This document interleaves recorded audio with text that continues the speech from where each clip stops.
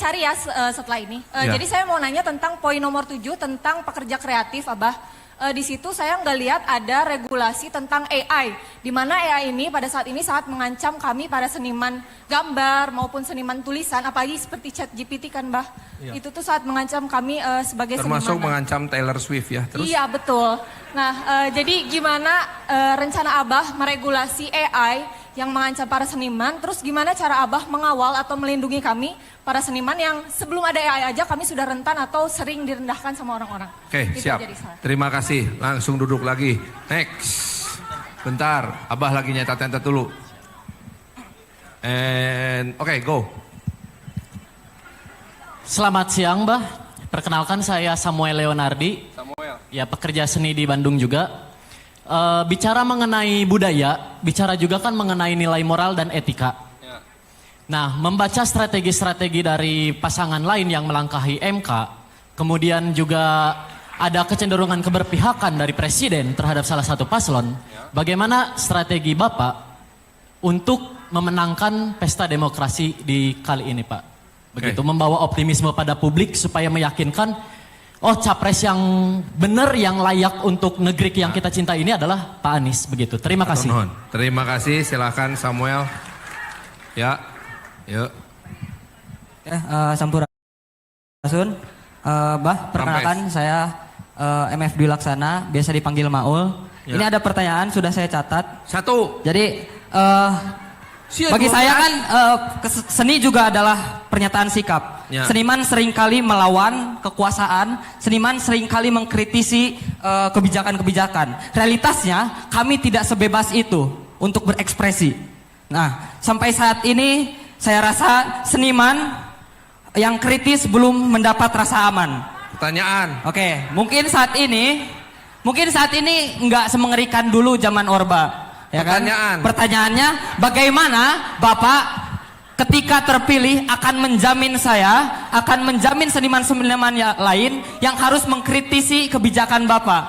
Begitu. Mungkin Bapak nanti akan membuat kebijakan yang harus saya kritisi, harus saya lawan gitu. Ya, pasti. Saya beberapa kali mendapat ancaman ketika saya harus melawan IKN, ketika saya harus melawan KCIC dalam puisi-puisi saya. Ya. Gitu. Oke. Sampai saat ini saya sudah, kalau tidak salah, 4 kali mendapat ancaman. Emosi, ya. Siap. Begitu. Nanti dibantuin. Apakah Bapak ketika terpilih juga akan mengancam saya dan teman-teman saya yang melawan melalui seni? Begitu. Ya. Terima kasih. Siap. Salik. Baik, perkenalkan nama saya Esa. Sebelumnya saya mau bertanya, apakah Bapak ada program soal seni? Juga karena melihat dari program Undang-Undang Kemajuan Kebudayaan, nah salah satunya itu soal teater. Nah, di sana teater adalah produksi dari Barat. Nah, apakah Bapak akan semacam punya program soal seni ataupun soal kesenian teater seperti itu, Pak? Terima kasih. Oke, terima kasih ya. Nama? Esa. Esa, Pak, anak teater. Maul, Pak. Maul itu juara lomba mirip Wiji Tukul, Pak. Karena ini masalah seni budaya, Abah Punter ini saya terpaksa, bukan terpaksa lah, ini mah mumpung ada Kang Dwiki, satu pertanyaan singkat, mangga, ya mohon. Ya. Sedap. Ya, langsung singkat, selamat datang di Bandung, Abah Anies. Indonesia mempunyai Undang-Undang Pemajuan Kebudayaan yang disahkan tahun 2017 nomor 5, di mana menjadi acuan legal formal dalam masalah kebudayaan di Indonesia. Nah, saya ingin menanyakan ke Abah Anies, bagaimana nanti langkah strategis Abah Anies apabila terpilih jadi presiden dengan jajaran pemerintahannya untuk langkah strategis dalam tentunya mengembangkan asas-asas toleransi, keberagaman, kelokalan, lintas wilayah, partisipatif seluruh masyarakat, manfaat, keberlanjutan, kebebasan berekspresi, kesederajatan dan lain-lain, langkah strategis dari Bapak sebagai insya Allah Presiden Republik Indonesia nanti. Amin. Terima kasih. Hatur nuhun. Hatur nuhun. Ini orang bisa dilawan ini mah. Oke, sekedap. Eta teh naon?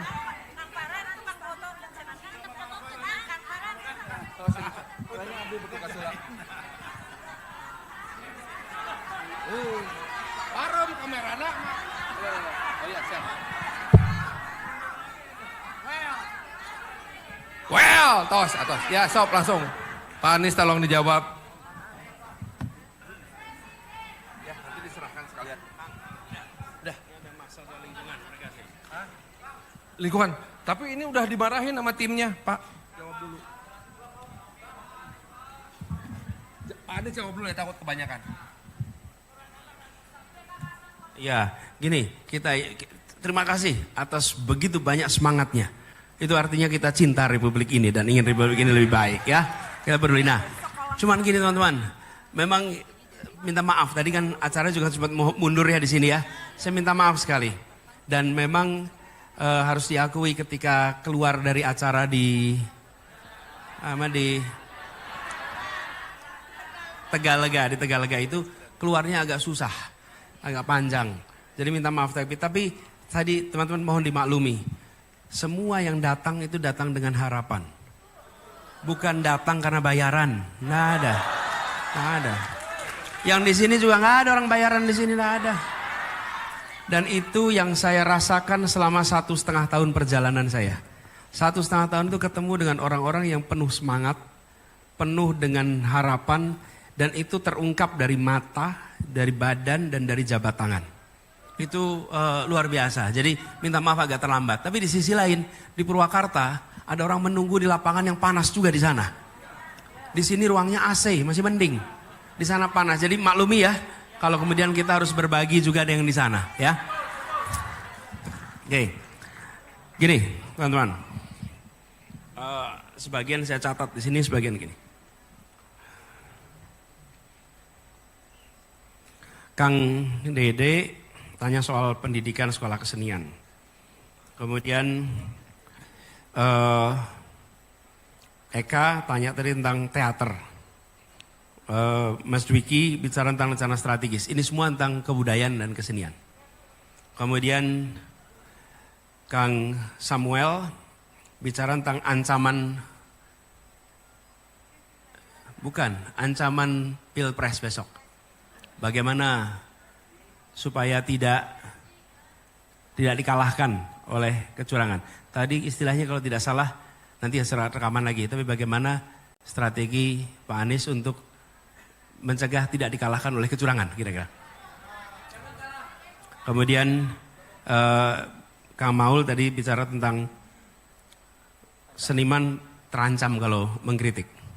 Apa jaminannya kalau Anda nanti tidak mengancam ketika memegang kewenangan.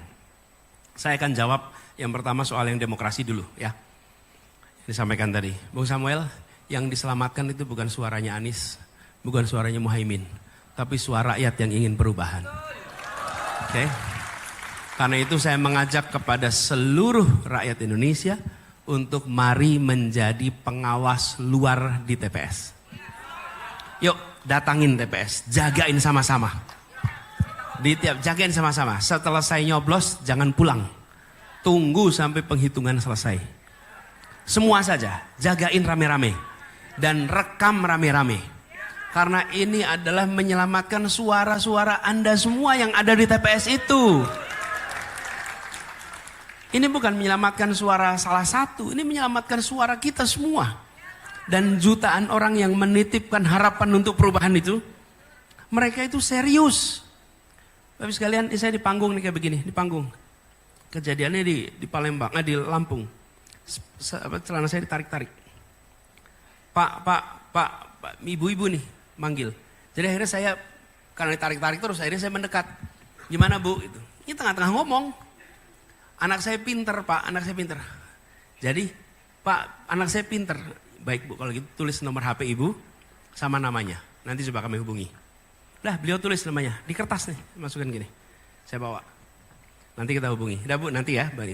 Kami perlu beasiswa Pak, biaya sekolah mahal. Oke, dah. Dapat tuh kertas. Mau pulang, nembus masa. Kan biasa ribuan tuh. Nembusnya berat sekali. Begitu sampai di mobil, ibu itu ada lagi di situ.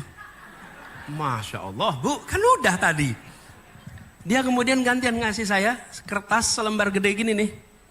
Pakai kerdus. Pak Anies tadi kertas, pakainya kertas, takut hilang. Sekarang saya kasih kerdus biar nggak hilang. Ditulis nomornya pakai spidol tebal. Apa sih, dia bilang dia sedang memperjuangkan anaknya supaya punya masa depan. Dia datang ke acara itu berpanas-panas berjam-jam untuk masa depan.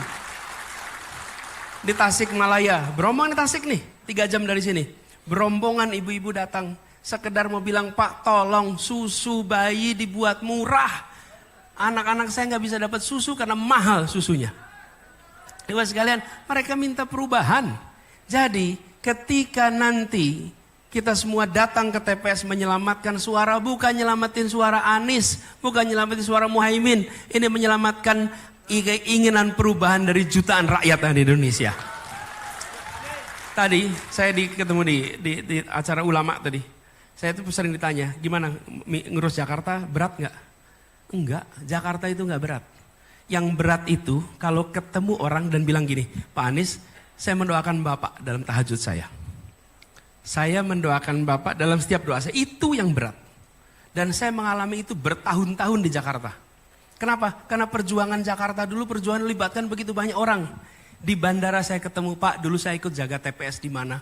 Pak saya ikut jaga, dan tidak pernah ngomong. Gak pernah menceritakan. Pernah saya merasakan ini saya cerita lagi nih. Saya ke Mataram. Sewa mobil Innova 2 hari. Pas pulang, supirnya bilang, Pak Anies boleh nggak minta foto? Boleh, ya foto sama-sama. Lalu pas lagi foto, dia bilang, Pak saya dan teman-teman nyewa bis berangkat ke Jakarta untuk ngawal TPS pada saat pilkada di Jakarta. Dan Bapak itu tidak bilang ke saya di saat saya baru datang. Bilangnya pas lagi mau pulang, itu yang berat. Saya ke Balikpapan, mampir ke pasar, mau beli rotan tikar. Sampai begitu sampai di sana, Pak kumpul-kumpul semua Pak di sini. Semua ini berangkat Pak, ini berangkat Pak, ini berangkat Pak, ini berangkat Pak ke Jakarta semuanya. Tidak pernah mereka itu bilang kami datang ke Jakarta lalu kembali lagi Jakarta bilang Pak Anies saya minta sesuatu, nggak ada. Dan kemudian ketika saya mau pulang, ini uniknya lagi, Pak jangan pulang buru-buru Pak. Yang beliin tiket kami mau ketemu sekarang di sini. Itu yang beliin tiket nggak pernah mencoba ketemu saya dan bilang Pak dulu saya ikut kontribusi pemenangan DKI, nggak pernah. Jadi saya bilang yang merasakan saya berat itu bukan ngurusin Jakartanya, tapi pertanggungjawaban moral dengan orang-orang yang dulu mendukung ketika perjuangan. Nah, jadi makanya saya minta kalau doain apa? Doain amanah, doain istiqomah, itu aja. Gak lebih dari yang lain ya. Jadi ini yang membuat pertanyaan tadi soal mengamankan suara, yuk amankan sama-sama. Karena ini bukan amankan suara Anies menang, bukan, kita ingin perubahan. Saya pun di sini juga dapat tanggung jawab ini, saya nggak daftar. Saya dititipin tanggung jawab itu. Jadi amankan sama-sama. Terus besok mau gimana? Apakah nanti kritik? Nggak mungkin yang namanya berada di dalam pemerintahan itu benar terus. Nggak mungkin. Pasti akan ada ruang kekeliruan, pasti ada ruang kesalahan, dan itu adalah ruang untuk kritik. Itu ruang untuk kritik. Jadi apakah besok Anies akan membawa ke pengadilan orang yang mengkritik atau menuntut? Lihat aja di Jakarta kemarin. Di Jakarta kurang apa coba? Bukan hanya kritik, fitnah. Diputarbalikan. Apakah ada yang dilaporkan ke polisi? Nggak ada. Kemarin tidak melaporkan, besok tidak melaporkan. Itu. Kalau kemarin lapor, besok lapor. Kalau kemarin nggak lapor, ya besok nggak lapor. Justru itu yang mau kita ubah. Masa hari ini orang takut untuk mengkritik?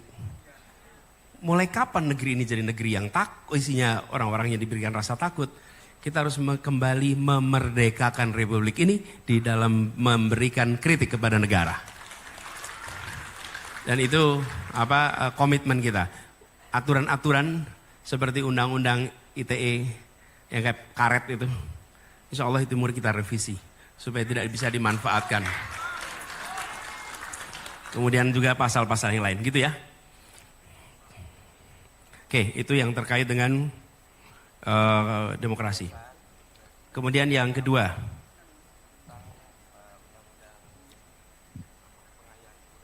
ya, pengayaan kebudayaan. Tapi ada juga nih, Sakila, tanya soal regulasi apa? AI. Regulasi AI. Ini gini, jadi kami sendiri mulai dari kampanye kami. Kami menggunakan karya-karya manusia beneran, bukan karya-karya dari mesin. Oke. Dan selalu kita menuntaskan kewajiban kami sebagai konsumen kepada yang memproduksi. Boleh dicek di semua karyanya. Jadi nomor satu, kita harus tegas negara tentang penghargaan pada kreativitas dan keaslian manusia. Karena ini tidak bisa digantikan dengan teknologi apapun. Nah mungkin AI pun akan mungkin melakukannya. Kemudian kita ingin agar mengenai intellectual property, hak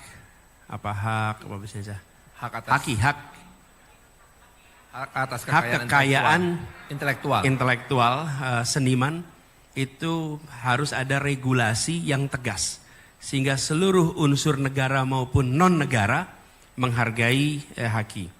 Lalu kita harus mengkampanyekan dan menggaungkan pembelian karya-karya seniman-seniman lokal di seluruh Indonesia. Harus ada. Dan caranya dengan apa? Fasilitasi pameran, beli pameran, dorong untuk ada pameran-pameran. Siapkan tempat galeri-galeri oleh negara supaya seluruh karya-karya itu bisa ditunjukkan kepada publik. Kemudian ada badan yang melindungi seniman bila membutuhkan bantuan hukum atas dilangkahinya. Karena kalau tidak, seniman nggak kuat bayar lawyer.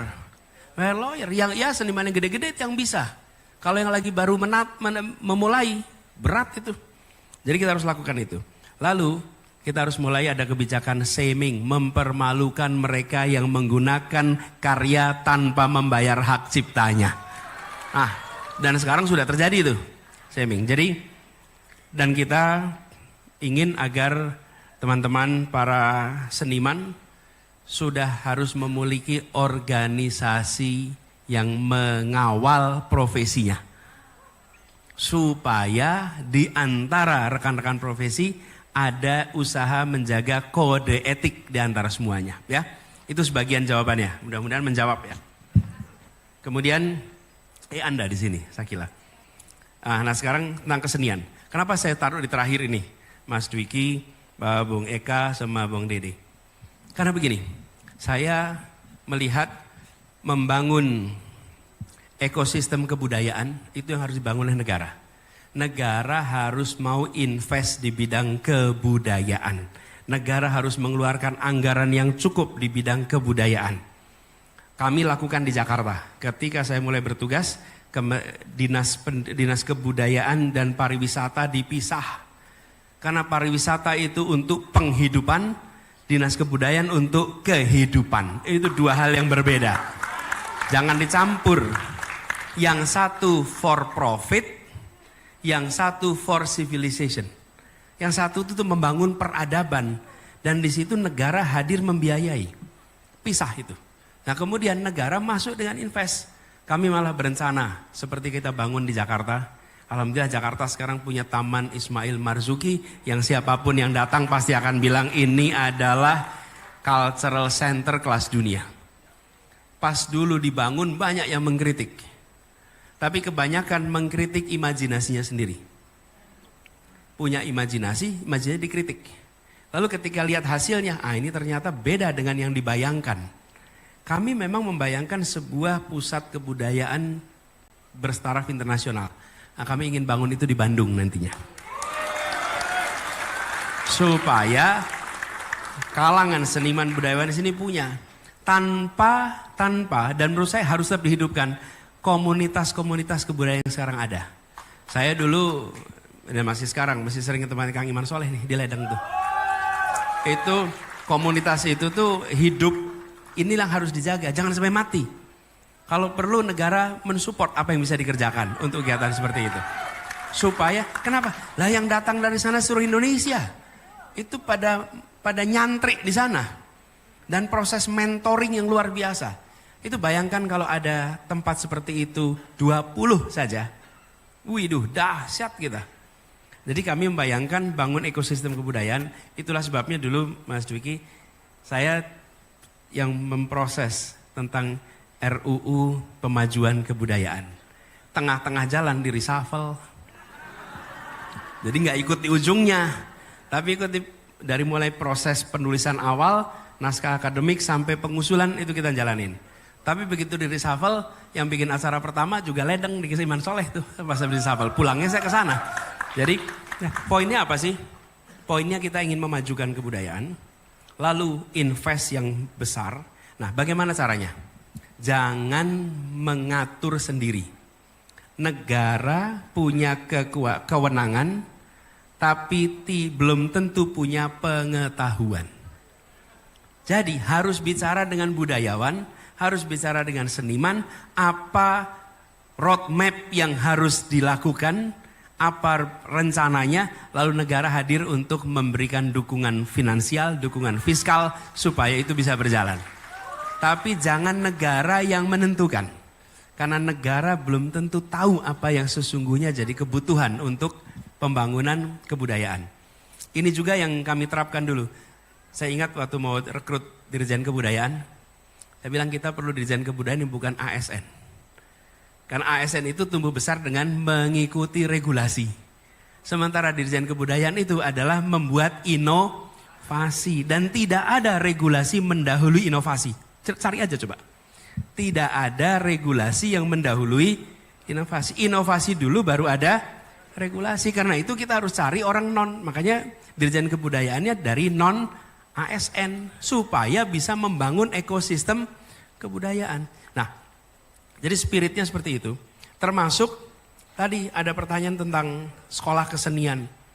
Ini sekalian saya termasuk yang sangat ingin sekali ada lebih banyak lagi sekolah-sekolah kesenian di seluruh Indonesia. Karena ini dibutuhkan oleh bangsa kita. Jangan pernah anggap sepele bidang seni. Ini harus ada pendidikan bagi orang tua. Orang tua itu kalau dengar anaknya mau masuk bidang seni, aduh masa depannya gimana? Kita harus jelaskan masa depan itu milik orang kreatif. Dan orang kreatif itu ditumbuhkan dalam pendidikan seni. Dan itulah yang harus kita kerjakan. Jadi kira-kira seperti itu, saya setuju. Lalu teater. Sebagai sesama sarjana ekonomi, saya bisa bilang berarti seniman bukan lahir dari fakultas ekonomi. Saya udah terlanjur kuliah di sana gitu, mau diapain lagi gitu. Nah, teater. Saya ini kalau saya boleh ditanya, saya akan bilang, ini bukan karena pertanyaan teater. Ini teman-teman bisa cek rekodnya sejak saya di kementerian. Salah satu anjuran yang saya paling sering katakan adalah kirimkan anak bapak ibu masuk teater karena itu adalah salah satu pendidikan yang paling berdampak dalam perjalanan hidup anak. Imajinasinya tumbuh, motoriknya tumbuh, kemudian empati tumbuh, simpati tumbuh. Itu percaya diri tumbuh. Itu di mana? Di teater. Jadi kalau lihat ada anak tidak kikuk mengelola tangannya, ini pernah belajar teater kira-kira. Tapi kalau anak masukin panggung lalu nggak tahu tangannya mau diapain, ini anak kelihatan nggak pernah teater nih. Anak teater itu sebuah tempat pendidikan. Tidak harus nantinya menjadi dramawan, aktor, nggak harus. Tapi pengalaman bermain teater di anak-anak itu penting sekali. Minimal 1 semester semua anak di Indonesia harus punya pengalaman main teater. Semua anak di Indonesia. Minimal. Nggak usah nanti terus-menerus. Nah kalau main hobi terserah. Tapi minimal itu. Dan menurut hemat kami tidak boleh lagi peminjaman tempat untuk teater yang bayar. Harus digratiskan dimanapun juga. Nggak boleh. Karena orang mau latihan teater harus bayar. Masa mau pinjem gor buat latihan teater bayar? Jangan diizinkan. Karena ini adalah penumbuhan skill yang luar biasa dampaknya. Kalau tidak percaya di sini nanti Google. Apa manfaat bagi anak-anak untuk belajar teater? Harus. Dan ini menurut hemat kami salah satu. Tidak harus semuanya. Ini saya udah dikasih kode, time no more. I'm no more. Oke. Tapi Bandung forever. Iya. Ada yang mau pada Bandung kasih forever. kenang-kenangan ini. Yang pertama, sok kasih kenangan ini. Jangan pakai ngomong, saya fotoin aja. Assalamualaikum warahmatullahi wabarakatuh. Tetap semangat sehat selalu, Pak Amin. Ada Amin? Sini saya fotoin sok. Sini. Ini, ya. Calon Presiden 2024. Saya calon presiden juga untuk Indonesia Emas 2045, Pak. Ya, sok. Nuhun. Udah kasihin dua-duanya, Pak Anies. Ini untuk Om Farhan. Oh, ini buat saya. Saya tidak terima, saya terlihat lebih gemuk ditulis di gambaran. Atau nuhun Kang. Nuhun Kang Yandi, tepuk tangan. Ada satu lagi ini mau cerita sedikit. Bukan cerita, mau nunjukin aja. Sini saya fotoin. Pak Anies pernah memberikan piagam ini kepada SMP Bustanul Arifin. Bustanul Ulum, ya maaf. Pak. Bapak tanda tangan. Oke, siap. Masya Allah. Sok, teh, sini. Foto. Asli. Asli ya, di tanda tangan. Baiklah, Ini terima kasih. Udah selesai. Udah.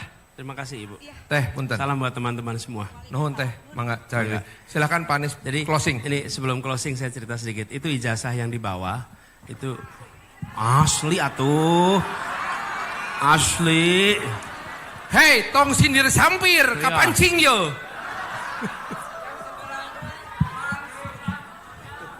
Iya. Memang tuh ngomong-ngomong soal ijazah tuh. Enggak, ada satu orang bupati yang rupanya diduga ijazahnya palsu. Ini bupati. Kemudian si bupati itu ditanyain, Pak, ini bener Pak Bupati dulu ijazahnya palsu. Ya enggak, setahu saya asli. Waktu dulu beli saya bilang minta yang asli. Saya bilang. Jadi jangan sampai belinya yang palsu kata dia. Saya baru tahu kalau ternyata saya dikasihnya yang palsu kata dia. Oh, ya. Udah diterima. Enggak, tapi ini bukan ijazah, itu adalah sertifikat. Sertifikat integritas. Ibu sekalian, korupsi itu luar biasa masif, kecurangan itu luar biasa masif. Kita harus menghentikannya dari sekolah. Karena itu ketika kami bertugas di kementerian, kami memberikan nilai kepada sekolah bukan nilai rata-rata UN-nya saja. Tapi yang diberikan adalah nilai kejujuran di sekolah itu. Dari mana ngukurnya? Ya kalau ujian UN itu ketahuan. Kalau satu kelas 100% jawabannya sama, benarnya sama, salahnya sama di nomor yang sama. Berarti contek-contekan. Dan itu ada ukurannya, ketaker. Nah, sekolah tempat beliau bekerja atau pimpin adalah sekolah yang masuk kategori berintegritas. Oke, Ya. Nah sekarang saya mau penutup ya. Ya, ini mau menyerahkan dulu bendera. 30 detik. 1 menit 47 detik kita menyanyikan Indonesia Raya. Dan merah putihnya hari ini kita kibarkan. Saya membawa bekal untuk Mas Anies, sahabat kami dari Bandung, bendera merah putih. Bendera merah putih yang kami kibarkan, kami berjalan Sabang sampai Merauke, mendata pulau 92 pulau terdepan. Artinya pulau itu adalah pagar rumah Indonesia. Merah putih di sana dan Tugu Soekarno-Hatta. Kita titipkan merah putih yang ada di pundak saya. Kita bawa, itu adalah doa. Mas Anies akan menjaga di istana. Mangga diserahkan benderanya.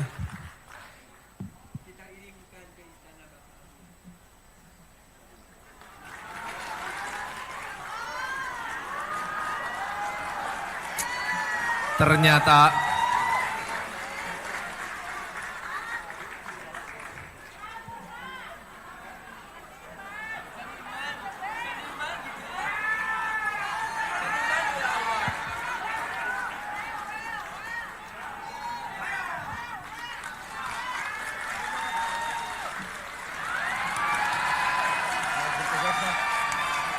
Sabar. Insya Allah. Bismillah. Insya Allah.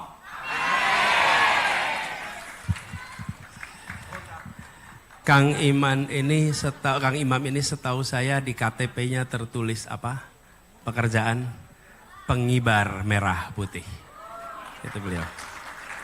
Saya di banyak acara kalau dimulai dengan bendera itu mengingatkan bahwa kita semua adalah di bawah bendera merah putih. Beliau tadi mengatakan, menaikkan bendera merah putih itu lamanya 1 menit 47 detik. Tapi jangan lupa, para pendiri republik ini menaikkan merah putih itu puluhan tahun lamanya, ratusan tahun lamanya. Dan hari ini hanya diperlukan kita berdiri. Bagi mereka diperlukan ribuan nyawa dihibahkan untuk republik ini bisa berdiri. Karena itu hari ini ketika kita bersama-sama di sini dan insya Allah ke depan perjuangan ini kita sama-sama jaga agar merah putih itu berkibar tinggi untuk selamanya. Jadi tugas kita itu mengibar tinggikan merah putih. Dan tadi disampaikan pesannya lewat puisi yang disampaikan Kang Iman tadi. Ini bicara tentang tanah kita. Dan ari-ari kita dikuburkan di tanah ini. Dan ibu kita menumpahkan darahnya di tanah ini. Jadi apapun yang kita perjuangkan jangan lupa. Ini adalah untuk Indonesia kita yang adil makmur bagi semuanya. Kang Iman Soleh, Kang Rosid ngirimkan pesan nih. Ini Kang Rosid ini ngirimin kayak begini ke rumah saya. Saya pasang di rumah di pintu masuk. Sebuah tempat untuk buk padi. Kemudian ada ornamennya sama berasnya nih. Ini tanda bahwa kita, apa sih yang menarik? Itu beras itu tidak hanya diletakkan di depan. Sama beliau diletakkan di depan, di ujung, di belakang. Artinya apa? Kesejahteraan untuk seluruh rakyat Indonesia. Jangan hanya pada mereka yang berada di depan. Nih, lihat di sini nih. Kita menyaksikan merah putih harus dijaga. Jangan sampai robek. Dan robek itu seterampil apapun penyulamnya tidak akan pernah bisa mengembalikan robeknya sebuah tenun. Bisa, sekali robek itu mengembalikannya susah. Jadi saya merasakan nuansa yang beda ketemu dengan para seniman, para budayawan, para pecinta Indonesia di kota Bandung pada siang hari ini. Apalagi di ujung saya dititipin merah putih. Insyaallah Kang Imam, merah putihnya ini dibawa dengan rasa hormat, dijaga kehormatannya dan dikibar tinggikan untuk Indonesia ke depan. Terima kasih buat semuanya, terima kasih buat semua yang hadir. Salam hangat untuk keluarga dan teman-teman semua. Assalamualaikum warahmatullahi wabarakatuh. Ya, waalaikumsalam. Abah Anies, maaf untuk teman-teman semua, sebelum kita akhir acara ini, mari kita sama-sama saksikan lagu dan video klip berjudul Abah yang memberi arah. Ini karya barudak Abah Anies. Mari kita sama-sama saksikan.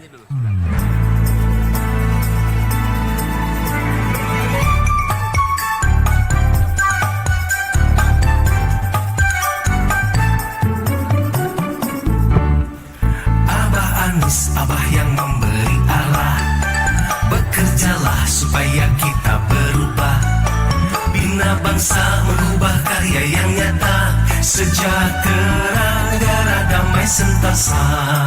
Angin dari segala penjuru arah, melantunkan langgam merdu dan harapan. Bersemangat tempuh jalan perubahan, gembira menuju Indonesia emas. Abah Anies memberi arah, kerja budaya, rakyat subjeknya, pertumbuhan, berkelanjutan, kolaborasi dan gotong royong.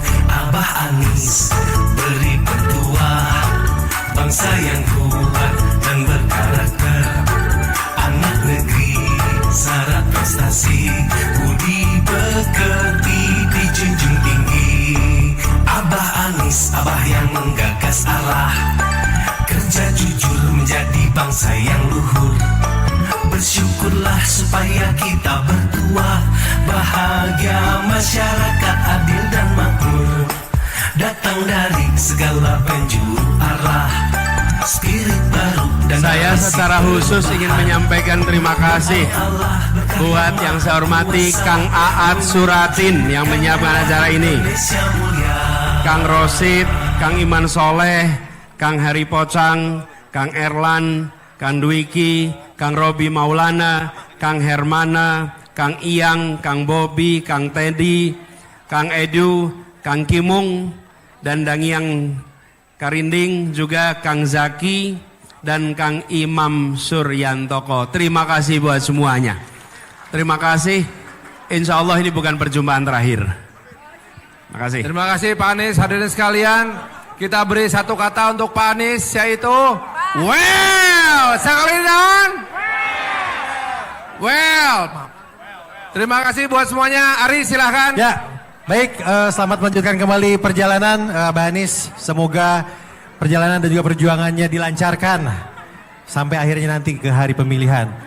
Sekali lagi untuk teman-teman yang hadir di sini mohon memberikan space, jalan